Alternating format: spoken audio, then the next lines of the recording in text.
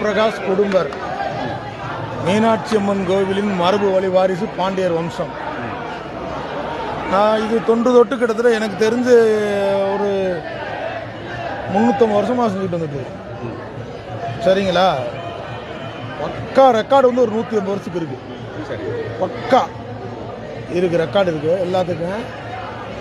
அது வந்து எனக்கு முன்னாடி எங்கள் தாத்தா, அதுக்கு முன்னாடி நாகலிங்க குடும்பை, அதுக்கப்புறம் கரிங்கன் குடும்பை, அதுக்கப்புறம் நாகலிங்க குடும்பை, இப்போ நான் நாகப்பிரகாஷ் குடும்பை. இது வந்து வழி வழியாக செஞ்சுக்கிட்டு வர்றது. மீனாட்சி அம்மன் கோயிலுக்கு நாங்கள் தொன்று தொட்டு இதை துறையாக வந்துக்கிட்டு இருக்கோம். அது வந்து எனக்கு அப்புறம் என் வீட்டுக்காரமாக செய்வா, என் வீட்டுக்காரமாக எனக்கு 2 குழந்தைகள் இருக்குது, அது தொன்று தொட்டு செஞ்சுட்டு வந்துக்கிட்டு இருப்பாங்க. அது எந்த ஒரு மாற்று கருத்தும் கிடையாது.